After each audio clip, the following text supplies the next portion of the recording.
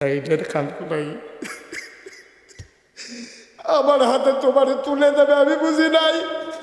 কত ধনী ধনী মানুষ তোমার আব্বার কাছে প্রস্তাব দিয়েছে বিয়ের জন্য, আমার ঘর নাই, বাড়ি নাই, আমার খাবার নাই, চুলা নাই, চাক্কি নাই, তোমার একটা নাকের ফুল, একটা কানের দুল, গলার একটা মালা, হাতের দুইটা বালা, কোনোদিন বেনারসি কাথান কিনে দিতে পারি নাই, 3 বেলা মজার খাবার দিতে পারি নাই, 1 বেলা রান্না হলে 3 দিন খাবারের খবর নাই। ও ফাতেমা, ফাতেমা, তোমার বিরুদ্ধে আমার কোনো অভিযোগ নাই। তোমার আব্বা যে দয়া করে তোমার আমার হাতে উঠাই দিছে, এই শুকরিয়া আদায়ের ভাষা আমার জানা নাই। তোমার মতো ভালো মহিলা যে আমার কপালে জুটছে এটাই তো বড় কথা।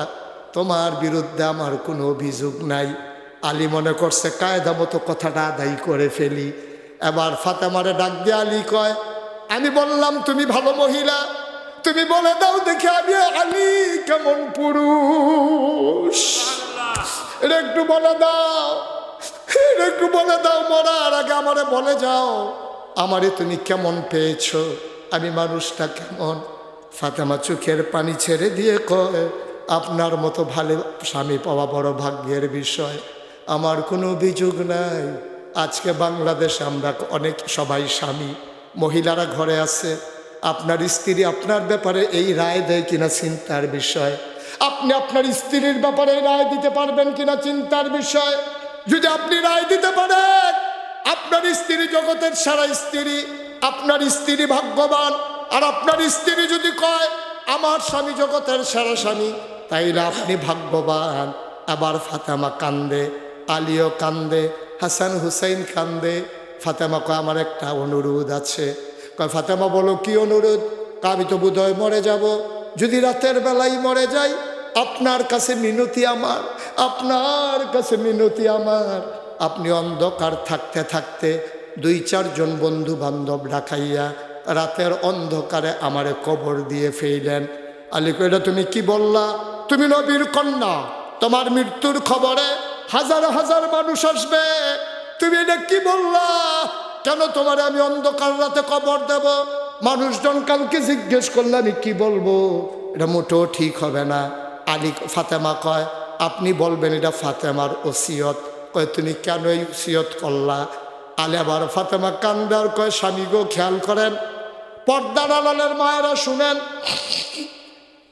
গভীর মনোযোগ, ভাইয়েরা যাদের বাড়ি দূরে, এই কথাটা আজকে গিয়া আপনার স্ত্রীকে শোনাবেন, আপনার মেয়েকে শোনাবেন, আপনার মাকে শোনাবেন। এই কথাটা আমার অনুরোধ, এটা আপনার কাছে আমানত রেখে দিলাম। সামনের কথাটা যাদের যারা আছে সবাইকে শুনিয়ে দেবেন বাড়িতে গিয়া। এবার ফাতেমা কয় আলী রাতের আধারে আমারে কবর দিবেন। কয় কেন রাতের আধারে কবর দেব? ওই জন্য কবর দিবেন, আমি বিয়ের আগ পর্যন্ত বাবার ঘরে বড় হয়েছি, কোনোদিন ভিন্ন কোনো পুরুষ আমারে দেখে নাই। বিয়ের পরে আপনার সংসার করলাম, ভিন্ন কোনো পুরুষ আমার এক নজর দেখে নাই, বিয়ের আগেও দেখে নাই, বিয়ের পরেও দেখে নাই। স্বামী গো, ও স্বামী, মৃত্যুর পরে লাশ হয়ে যাব, কাফনের কাপড়ের ভিতরে ঢুকে যাব, দিনের আলোতে লাশের খাটিয়ায় কাফন পরাইয়া যদি আপনি শোয়াই রাখেন আমারে, হাজার হাজার মানুষ কাফনের বাইরে দিয়ে দেখে আন্দাজ করবে ফাতেমা লম্বা ছিল না খাটো ছিল, চিকন ছিল না মোটা ছিল। যেই ফাতেমা জীবনে কোনো পুরুষের সামনে যাই নাই, মৃত্যুর পরেও কোনো পুরুষের সামনে পড়তে চাই না।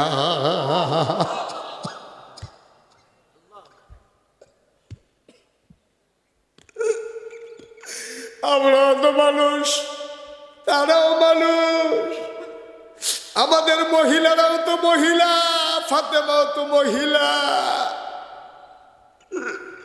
বাইচা থাকতে কোনো পুরুষের সামনে যাই নাই, লাশ হওয়ার পরও কারো সামনে যেতে চাই না। ও গৌরীপুরের মানুষ, 33 বছর মোশতাক ফয়েজি ওয়াজ করে, মোশতাক ফয়েজি বাংলার মানুষের ভালোবাসা পেয়েছে, এমন করে কেউ পায় নাই। আমি প্রাউড ফিল করি, আমি গর্ববোধ করি, এত ভালোবাসা মানুষ মানুষকে ভালোবাসতে পারে। আমার জানা ছিল না রে ভাই। 33 বছর মাহফিল করে, মাহফিল সম্পর্কে একটা অভিজ্ঞতা হয়ে গেছে।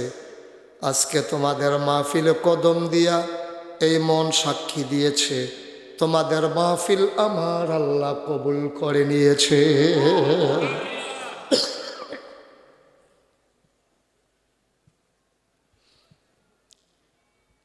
তোমাদের মাহফিল কবুল। এই কবুল হওয়া মাহফিলটাতে মায়ের জন্য দোয়া না করে কেউ যাবা না, বাবার জন্য দোয়া না করে কেউ যাবা না। আমার আব্বা নাই, আমার আব্বা নাই।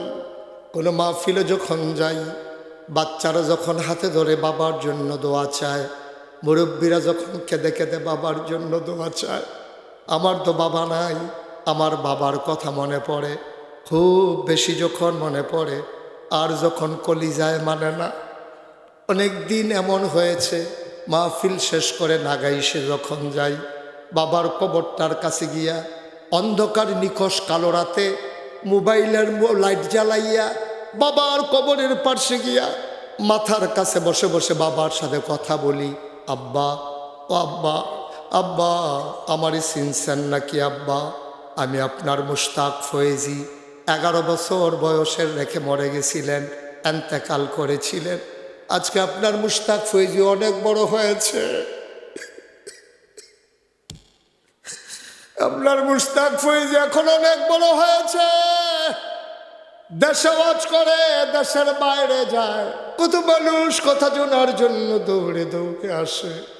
ও আব্বা, আপনার 3টা মার্কিন চাদর পেঁচাইয়া মাটির কবরে যে শোয়াইল, আমি মুশতাক ফয়েজির জানতে মন চায়, আপনারে আমার আল্লাহ কবরের ভিতরে জান্নাতি বিছানা দিছে নাকি?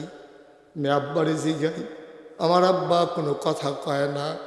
আমি আব্বারে কানে কানে কই, আব্বা, আব্বা কেউ জাগনা নাই, নিথর নিস্তব্ধ পৃথিবী, আমি আপনার কবরের পাশে বসে আছি, আপনি কি খান আব্বা? কবরে আপনারে কি খাইতে দিছে? আমি কত কথা কই, আমার আব্বা একটা কথার জবাবও দেয় না। আমি এত কথা কই, আমার আব্বা একটা কথার জবাব আমার দেয় না। আমি কাঁদতে কাঁদতে বিছানায় যাই, আমি ঘুমাইতে পারি না, অস্থির হয়ে যাই। বাবা নাই, ওই বাবার কথা মনে হলে অস্থির হয়ে যাই। বাবার জমিন চাষ করে খাও, বাবার উঠানো ঘরে ঘুমাও। এই প্যান্ডালটার ভিতরে আমি জানি না রে কার আব্বা নাই, একটা মানুষ উঠে যাবা না। বাবার জন্য দোয়া হবে, উঠে যাইতে মন চায়। তুমি কেমনে এমনি দুনিয়াতে আসছো নাকি? বাবায় জন্ম দিছে বলেই তো আসছো, মা পেটে ধরেছে বলেই তো আসছো। উঠে যাও, তুমি কেমন সন্তান? বাবা কবরে ফালাইয়া, মা কবরে ফালাইয়া তুমি উঠে যাও।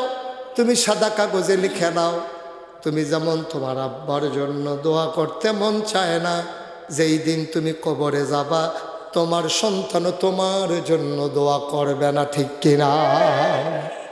একটা লোক আর উঠেন না, সাংঘাতিক খারাপ কথা। আব্বার জন্য দোয়া করবেন, আম্মার জন্য দোয়া করবেন, মরে গেলেও দোয়া করবেন, থাকলেও দোয়া করবেন। উঠেন কেন এখন?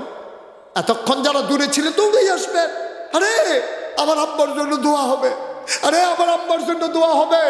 আমার আব্বা এই গৌরীপুর বাজারে বিটকিনটা দিয়া গেছে, এই দোকান চালাইয়ে তো আমি খাই। আম্মায় বুড়া বয়সে একটা কাঁথা সেলাই করে দিছে, ওই কাঁথাটা শেষ রাতে গায়ে দিয়া ঘুমাই।